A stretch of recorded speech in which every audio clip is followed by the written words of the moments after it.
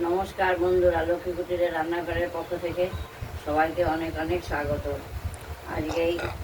আজকে পটল দিয়ে আর এই চিংড়ি মাছ দিয়ে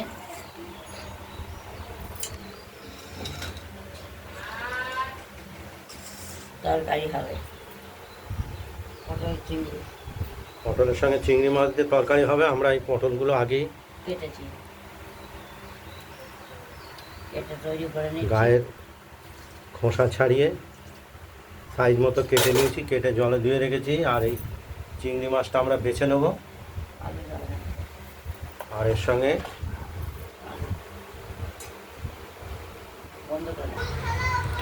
এই পটল আর চিংড়ির সঙ্গে দেবো আমরা আলুটাও কেটে নিচ্ছি। সব কিছু আমরা সব পরপর দেখাচ্ছি।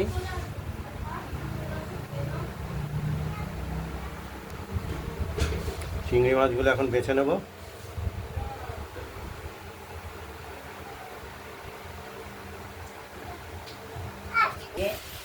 আজকে চিংড়ি মাছগুলো পরিষ্কার করে নিয়েছি, পিঠের ময়লাটাও তুলে নিয়েছি। আর এটা লেবুর রস দিয়ে আমরা মাখিয়ে থুয়েছি। এটা আমরা তাহলে গন্ধটা আর পাওয়া যাবে না। চিংড়ি মাছের একটা বাজে গন্ধ এটা পাওয়া যাবে।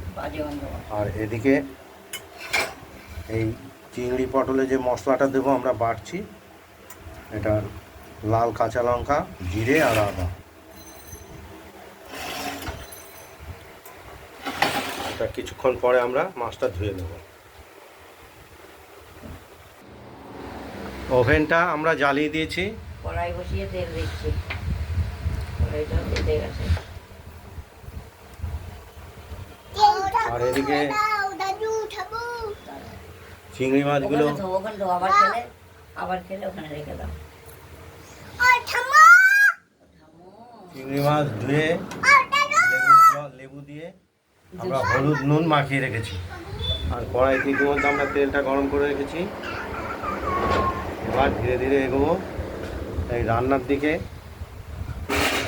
আর পটলটা তো আগেই কেটে সাইজ করে রাখা হয়েছে।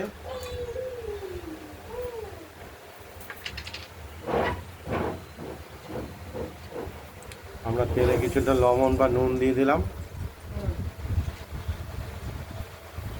হলুদও দিয়ে দিলাম। প্রথমে পটলগুলোকে আমরা ভেজে নেব।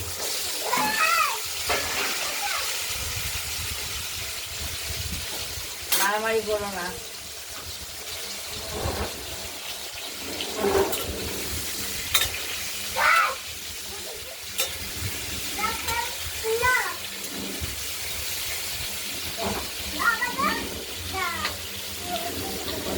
ভাজা হোক, তারপর দেখা যাবে।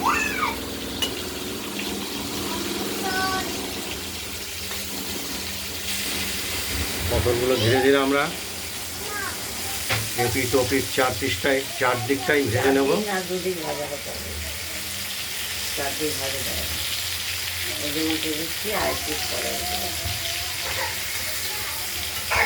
পটল ভাজাটা দেখতে থাকুন।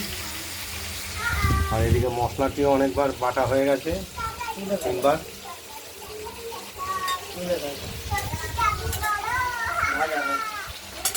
পটলটা ভাজা হোক, ঢাকা দিয়ে দেবো।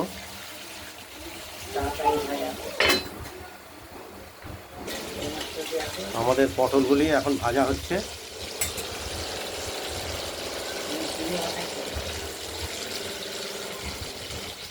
এখনো পর্যন্ত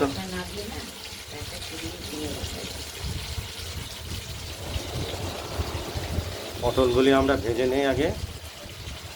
তারপর চিংড়ি মাছ ভাজবো, দিয়ে তারপর আলু দিয়ে রসা করবো।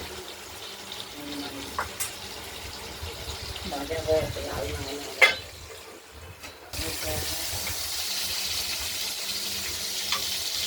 এক পিস ভাজা হয়েছে, আর এক পিস ভেজে নেই।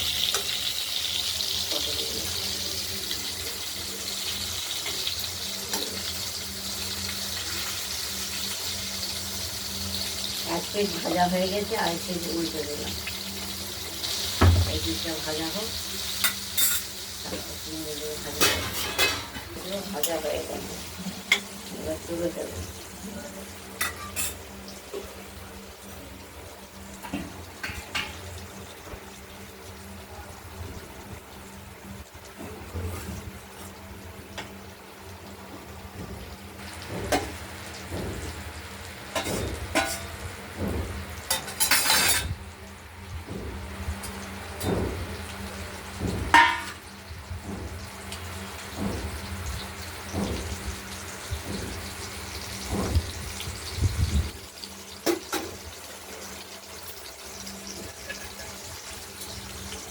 পটলগুলো একদম সুন্দরভাবে ভাজা হয়ে গেছে।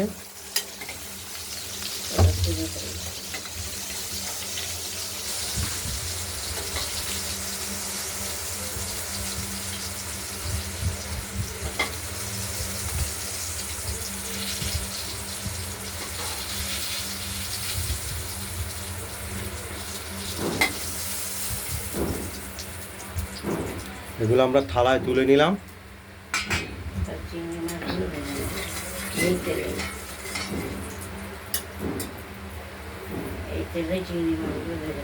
নুন হলুদ মাখানো চিংড়িগুলো আমরা ভেজে নেব।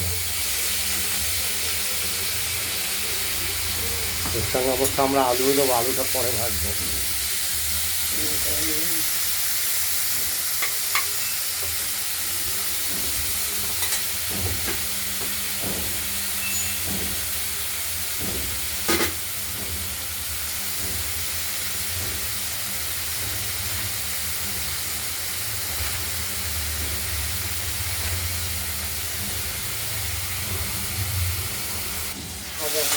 মাছগুলো ভাজাও হয়ে গেছে।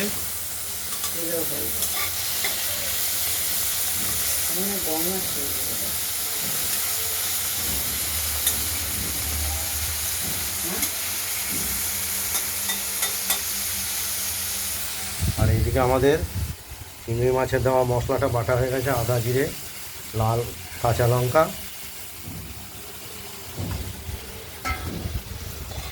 আমাদের চিংড়ি মাছগুলো আলাদা করে তুলে রাখছি। এরপরে ভাজবো আমরা আলু।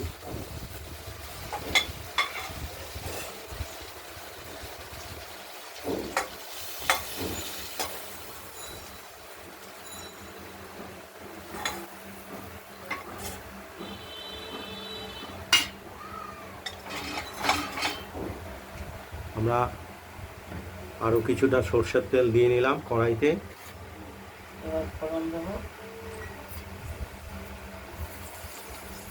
ফোড়নটা দেওয়া হলে আলুটা, কেটে রাখা আলুটা ভেজে নেব।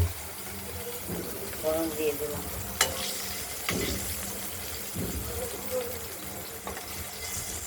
আমাদের এদিকে আগে বৃষ্টি নেমেছে। এই বৃষ্টি সব জায়গায় হচ্ছে।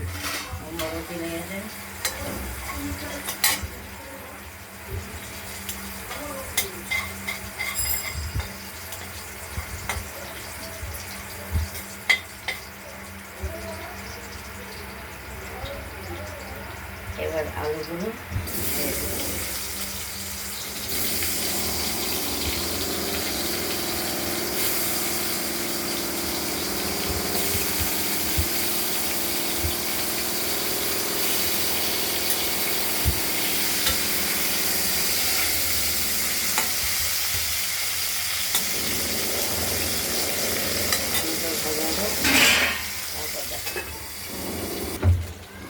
আলুটাকে আমরা লাল লাল করে ভেজে নিয়েছি, দেখতেই পাচ্ছেন।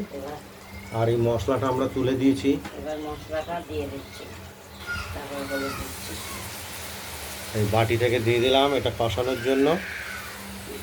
আজকে আলু, পটল এবং চিংড়ি মাছের একসঙ্গে তরকারি হবে। এবার পরিমাণ মতো হলুদ দিয়ে দিলাম।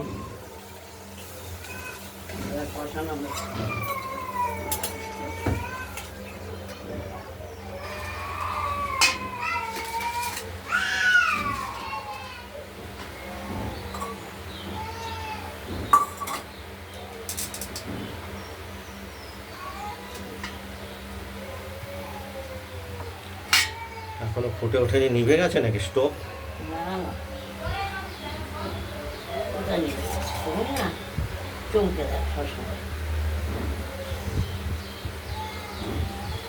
দেখতে থাকুন, অনেকটাই কষা হয়ে এসেছে।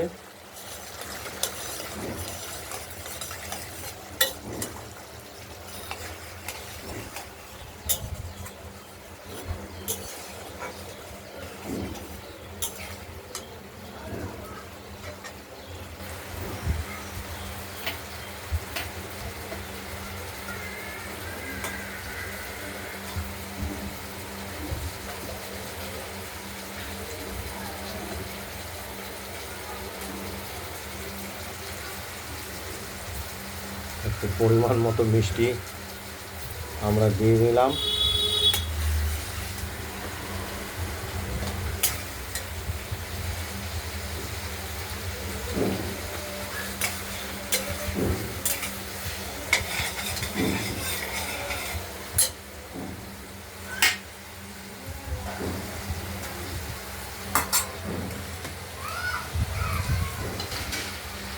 ভেজে রাখা চিংড়ি মাছ ও পটলগুলো দিয়ে আরেকবার কষিয়ে নেব।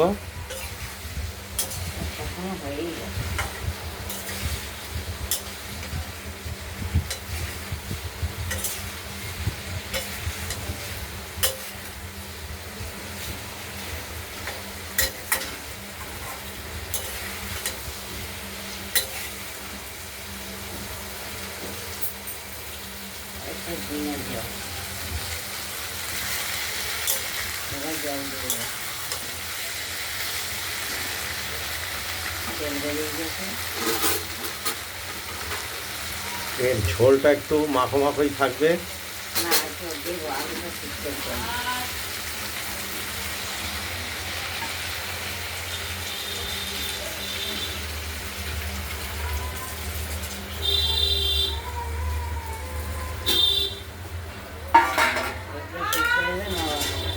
তখন ঝোল কমে যাবে।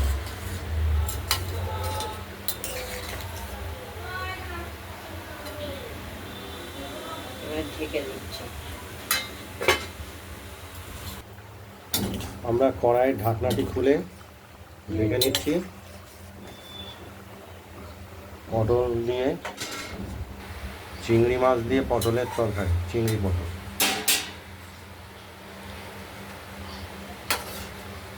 আমরা এবার একটু দেখে নেব লবণ, মিষ্টি এবং ঝালটা ঠিকঠাক আছে কিনা। ঠিকই আছে।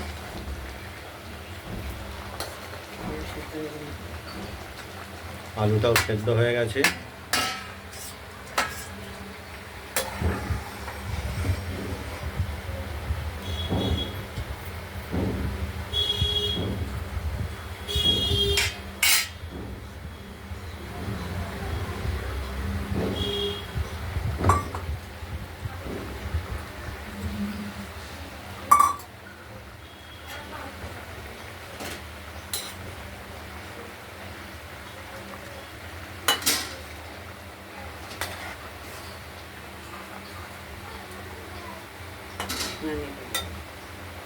আমাদের আলু, পটল এবং চিংড়ি দিয়ে ঝোল রেসিপিটি একদম রেডি।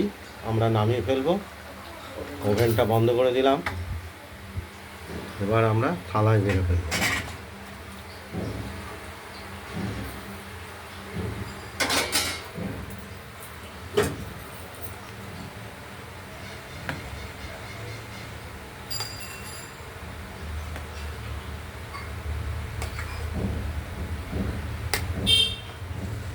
এই ভিডিওটা যদি ভালো লাগে লাইক করবেন, কমেন্ট করবেন, আর রান্নাবান্নাটা যদি ভালো লাগে সাবস্ক্রাইব করবেন। আগের মতো এইখানে ভালো থাকবেন, সুস্থ থাকবেন, সাবধানে থাকবেন। আরেকটাও দেখাবো এই যে ঝিঙে রেসিপি। চিংড়ি মাছ দিয়ে ঝিঙে বাটা। এর পরের আমাদের দ্বিতীয় ভিডিও রেসিপিটা হবে, এটা আমরা পরের ভিডিওতে আমরা দেখাচ্ছি। আজ এই পর্যন্তই।